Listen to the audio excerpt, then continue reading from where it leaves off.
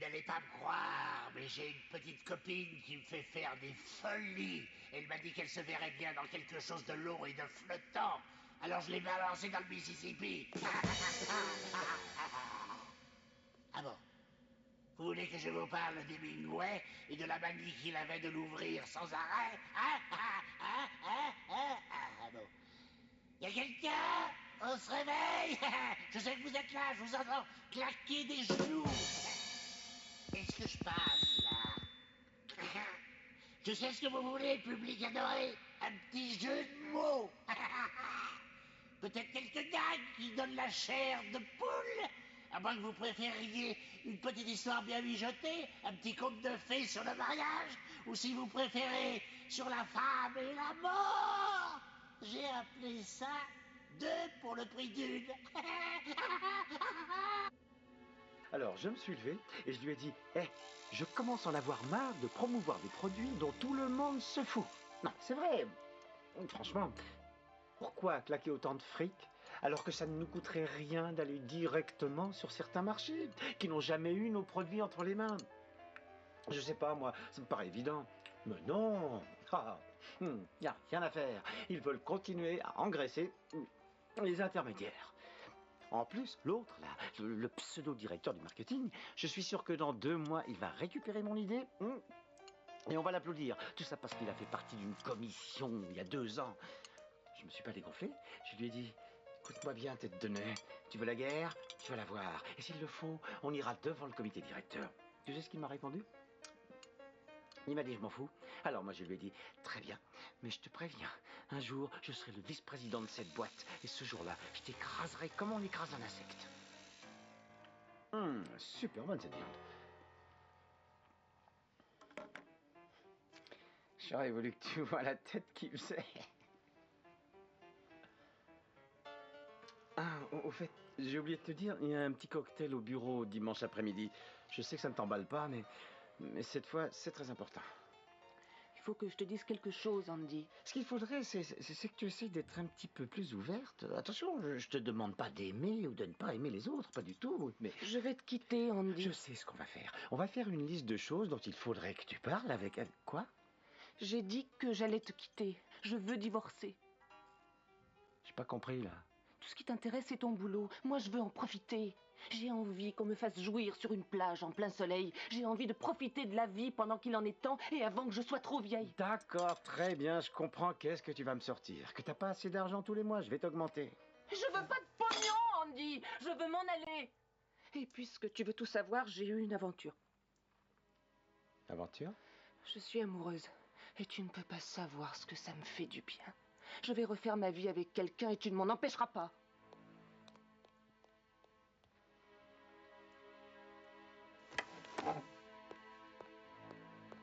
Qui est-ce? Ce n'est pas quelqu'un que tu connais. Dis-moi comment il s'appelle. Pourquoi? Qu'est-ce que tu vas faire? L'écraser comme un insecte? Tu n'es plus l'homme que j'ai épousé. Ou alors, c'est que je me suis trompée. De toute façon, rien que de penser que je pourrais finir ma vie avec toi, ça me rend malade. Si quelqu'un veut me joindre, je serai à Chicago. D'accord, cette fois c'est sérieux, je m'en rends compte, mais on peut quand même en parler sans s'énerver. Je n'ai pas envie de négocier avec toi, Andy, parce que je ne veux rien du tout. Je veux seulement vivre. Qu'est-ce que tu vas faire alors? Tu vas me quitter comme ça? Mais toi, ça fait des années que tu me négliges et que tu m'ignores.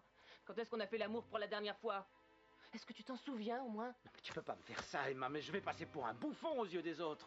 Il n'y a donc que ton image qui compte, hein? Alors je vais te rassurer, mon petit Andy. Tu passes déjà pour un bouffon, parce que tu es un bouffon. Et là, c'est toujours un bouffon, hein?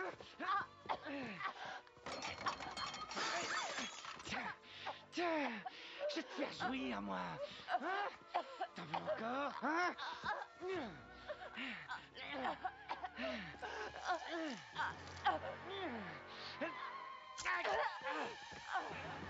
vas me payer.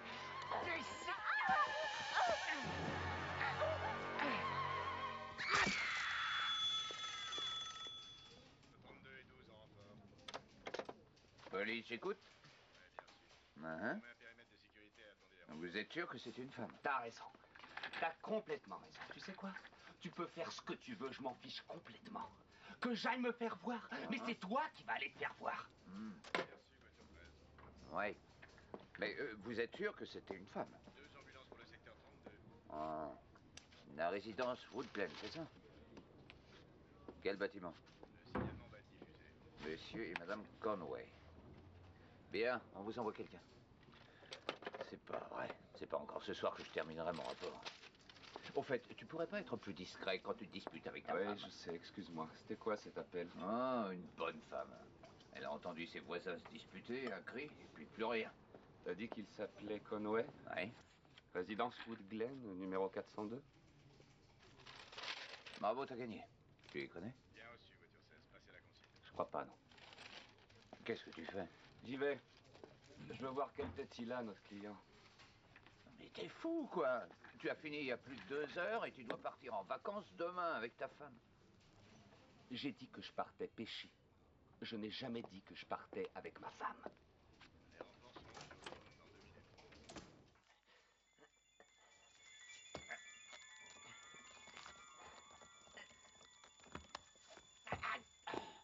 Non, c'est pas vrai.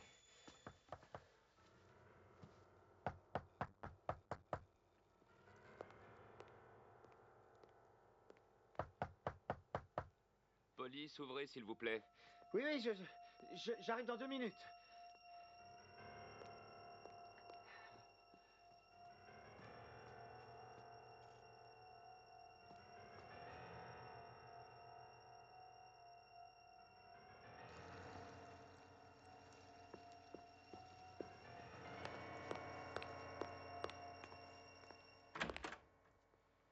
Je suis le sergent Fine. On a entendu des cris chez vous, une voisine nous a appelés. Ça vous gêne si je jette un œil? Non, non, pas du tout. Des cris? C'est bizarre. Votre femme est là? Non, elle est partie. Enfin, je veux dire, elle est partie pour de bon. On s'est disputé. Ça doit être ça que ma voisine... Vous avez dit que c'était qui, déjà? Je n'ai rien dit. Est-ce qu'elle est allée chez des amis, quelque part où on peut la joindre? Elle m'a dit qu'elle allait à Chicago. Chicago. Oui, elle a de la famille là-bas. Écoutez, si vous êtes mariés, vous devez savoir comment c'est. On s'est disputé, on a élevé la voix, elle a fait ses bagages et elle est partie. C'est quoi ce sang-là? Oh, je me suis coupé en me rasant. Ça vous gêne que je regarde? Non, pas du tout.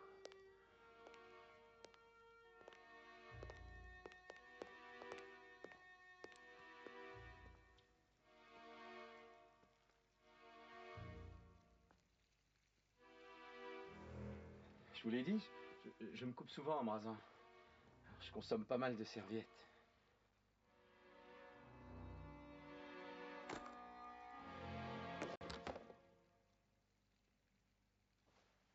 Ouais.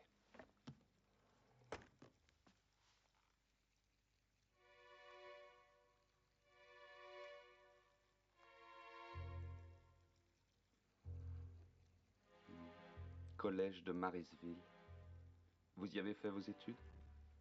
Non, pas du tout. Et votre femme? Non, elle non plus. On a déménagé de Chicago, on est arrivé il y a à peu près 5 ans. Merci.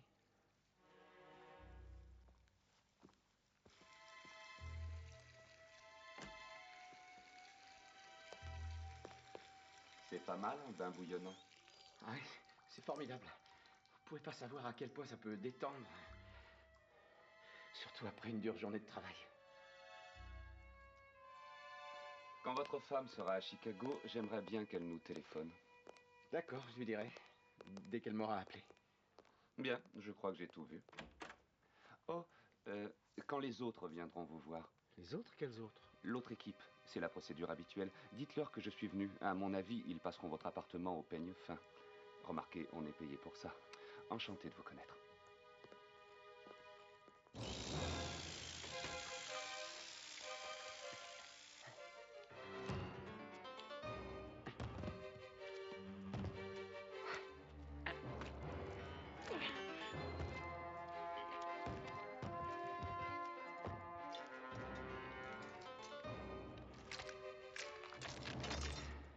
Faites pas la tête. Tu vas y aller à Chicago. Monsieur Clark est attendu à la réception des bagages. Monsieur Clark est attendu à la réception des bagages. Et voilà, monsieur.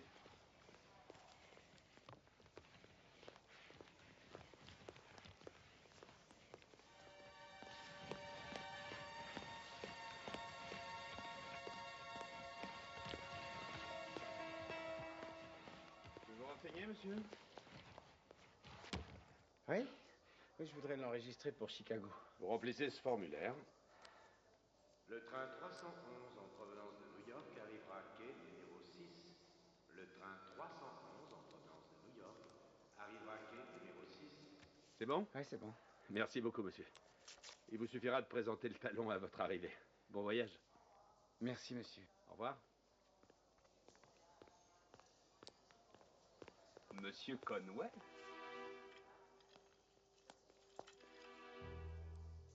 Sergent Fine, c'est moi qui suis passé à votre domicile tout à l'heure. Ah oui, je vous avais pas reconnu. C'est pas grave. Moi aussi, j'ai du mal à me reconnaître en civil. Vous partez en voyage? Oui, Eh, monsieur, vous m'avez donné un bagage accompagné pour Chicago, mais vous avez oublié de mettre vos noms et adresses. Et une fois qu'un bagage est perdu, il est perdu pour de bon. On n'a aucun moyen de vous retrouver. Je vous laisse faire. Les voyageurs à Merci. destination de Chicago sont invités à se présenter au train de leur titre de transport. Voyageurs à destination de Vous n'allez Chicago, peut-être pas le croire, veuillez vous mais présenter juste au après train votre de départ, votre titre de ma femme a appelé. Elle était déjà à Chicago et on s'est réconciliés. C'est elle qui m'a demandé de la rejoindre. Oh, c'est une seconde lune de miel. Si on veut. Tout va bien alors? Je vous conseille de monter, monsieur. Votre train va partir dans moins de 5 minutes. C'est vrai, il a raison. Bien. J'ai un peu de temps. Je vais avec vous jusqu'au train.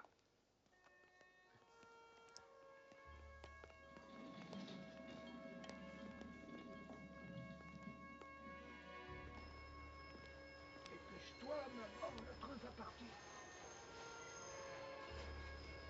Mes amitiés à Chicago. J'y manquerai pas.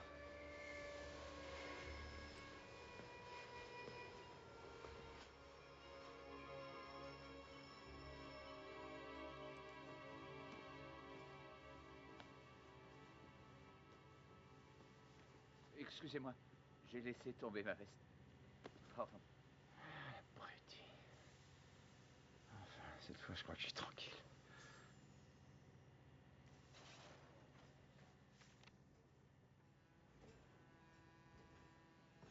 On devrait arriver à Chicago à 6 heures du matin. Si tout va bien. C'est sympa de se retrouver là. Vous allez à Chicago? Oui, je suis sur une enquête. Mais je ne peux pas trop en parler. Moi, j'aime bien les choses qui finissent bien. Et dans le métier que je fais, ça finit pas toujours bien. Vous ne connaissez pas ça, vous? Au fait, pourquoi vous et votre femme vous êtes-vous disputés? Oh, elle disait que je faisais pas assez attention à elle. Tiens, ça c'est marrant. Ma femme me reproche le contraire. Elle dit que je fais trop attention à elle. Vous comprenez? Oui, oui, oui, mais si vous avez le temps d'être avec elle, c'est bien. Il faut prendre le temps. La question, c'est qu'est-ce qu'un homme doit faire quand sa femme ne s'intéresse plus à lui? Je sais pas. Qu'est-ce que vous feriez, vous? Je vous pose la question. Je ne sais pas, moi. C'est peut-être le mariage, le problème. Peut-être qu'on n'est pas fait pour vivre trop longtemps ensemble. Prenez-moi, par exemple. Je connais ma femme depuis le collège. Je peux vous poser une question personnelle. Mais vous n'êtes pas obligé d'y répondre. C'est vrai, après tout, vous n'êtes pas sous serment. Ah, allez-y. Supposons que vous vouliez tuer votre femme. Comment feriez-vous?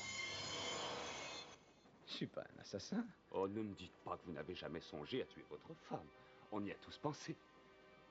Eh, il n'y a pas de honte à ça. Ça ne fait rien. Moi, je vais vous dire comment vous feriez pour la tuer. Arrêtez. Les armes à feu? Non, c'est pas votre truc. L'arme blanche non plus. Et puis ce n'est pas une bonne idée. C'est l'avis du flic que je vous donne. C'est le moyen le plus sûr pour qu'il y ait du sang plein la pièce. Et croyez-en mon expérience, c'est une vraie galère pour nettoyer après. Écoutez, moi j'aime ma femme. J'ai trouvé. Je pense que vous étrangleriez votre femme. Et à main nue de préférence. Dans un moment de rage. Je brûle, non? Je n'ai presque rien mangé aujourd'hui. Alors, si vous voulez bien m'excuser. Je garde votre place bien au chaud.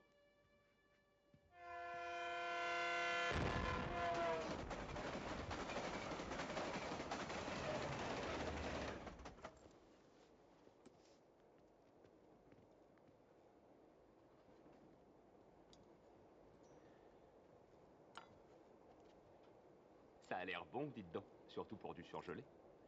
Vous savez, c'est marrant. Mais quand je vous ai vu partir manger, ça m'a donné faim. Et c'est bizarre parce que d'habitude, je suis malade en voyage. C'est vrai, je vomis tout ce que j'avale. Ça sent vraiment bon. Ça vous gêne si je goûte un petit peu?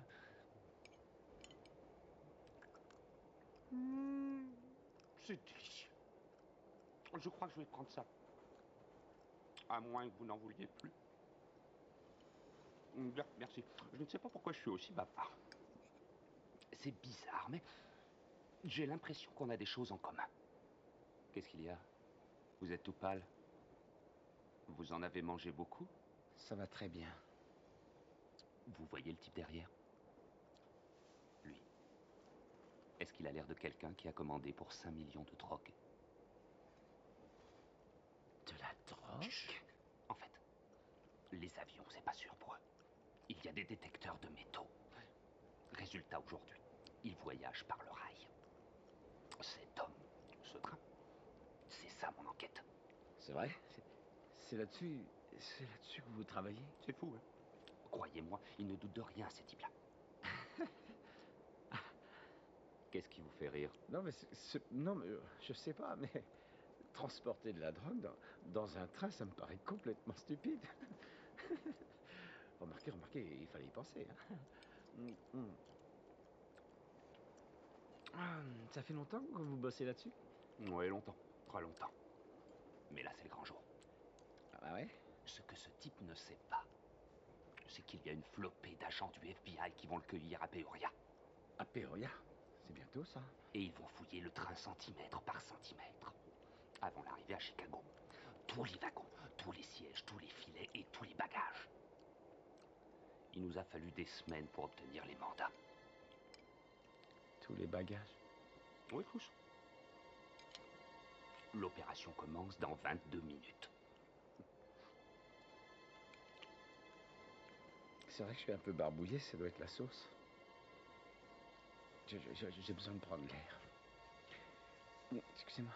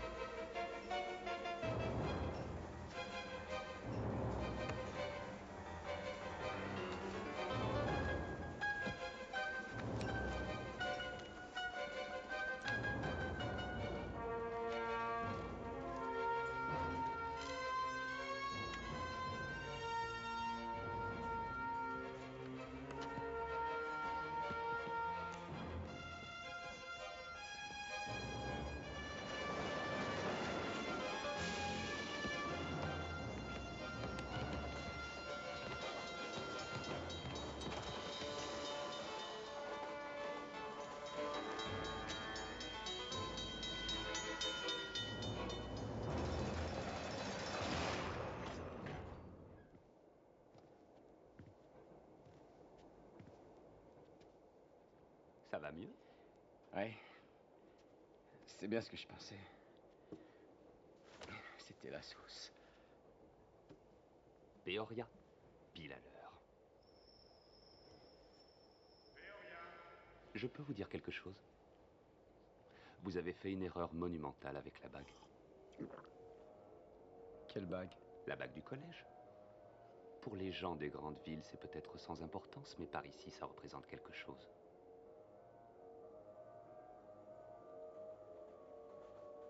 Collège de Marisville, promotion 77. C'est avec fierté que je la porte. Et lorsque je la donne à quelqu'un, c'est pas pour rien. Je crois que quelqu'un a donné cette bague à votre femme. Et je ne pense pas qu'elle serait partie sans elle. C'est vous qui avez eu une aventure avec ma femme. On trouvera quoi quand on ouvrira votre malle? On ne trouvera rien du tout. Ça m'étonnerait. Ça vous étonnerait? Vous voulez voir ce qu'il y a dans ma malle? Très bien. Je vais vous montrer. Je vous suis. Ils sont du FBI, ces deux-là? J'ai menti. C'est sur vous que je mène une enquête.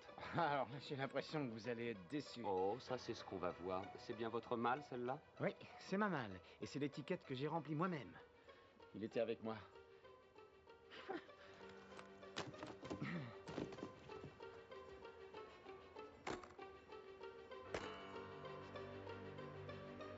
Tiens, je sais pas ce que j'ai fait de la clé. Ouvrez-la. Tout de suite, sergent.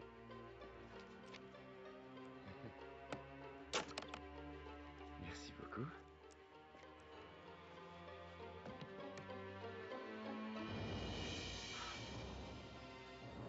Alors, dis donc, mais c'est pas vrai. Moi, je vois un cadavre coupé en morceaux dans cette malle. Cette fois, ça me paraît évident. Ce n'est pas ma femme. Ce n'est pas ma malle. Je l'ai balancée dehors tout à l'heure. Tu mens, espèce d'ordure. Je suis resté tout le temps avec toi. Je ne t'ai pas quitté des yeux. Il ment. Dites-leur que vous avez eu une aventure avec ma femme. La preuve, c'est la bague que vous lui aviez donnée. Cette bague qui était par terre est une bague de femme. C'était celle de ma femme. Ma femme l'a donnée à la tienne quand elles ont commencé à se voir. Quoi? C'est ma femme qui est dans ta malle. Et c'est toi qui l'as tuée. Je vais te dire pourquoi. Quand tu as vu que ta femme te quittait pour une autre femme, tu es devenu fou. Tu as préparé ta vengeance. Tu es allé chez moi et tu l'as massacrée. Non, c'est archi faux. Tu vas me dire que tu n'as tué personne, peut-être. Non, je veux dire si, j'ai tué ma femme. Alors où est-elle passée? Elle était dans la malle que j'ai balancée du train. Tu les as tuées toutes les deux, alors? Non, non, Tu mens, espèce d'enfoiré. T'as intérêt à avoir une défense en béton. Des dingues comme toi, les jurés envoient tous les jours. Après ce que tu as fait, t'es bon pour la chaise. Maintenant, dégage de là avant que je te... Non, non. Il ment, c'est un coup monté. Il m'a piégé, je vous dis. Il y a vraiment des dingues dans ce pays. Vous croyez qu'il les a tués toutes les deux? Non. Sa femme est partie. Elle a pris un avion pour Cancun en début de matinée. Je ne sais pas ce qui est le pire. Découvrir que votre femme vous trompait ou découvrir que quelqu'un l'a tuée. Moi, je vais vous dire, ça se vaut. Il y a un express qui repart. Il devrait être à quai dans une demi-heure. On vous prend un billet? Non. Je vais louer une voiture. Je dois me vider un peu l'esprit. Ouais. Est-ce que la vie peut être cruelle?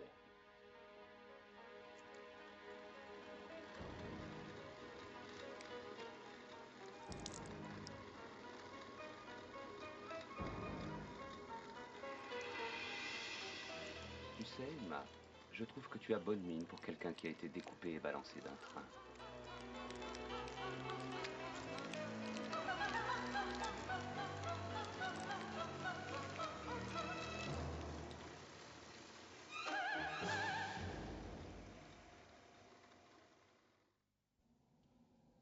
Il me plaît beaucoup, ce petit Barnet. Il met sur pied un petit plan. Mais c'est Andy qui va porter le chapeau. Décidément, c'est vrai ce qu'on dit. Plutôt crever que de se marier. Ah, bon. Et maintenant, la chute de l'histoire.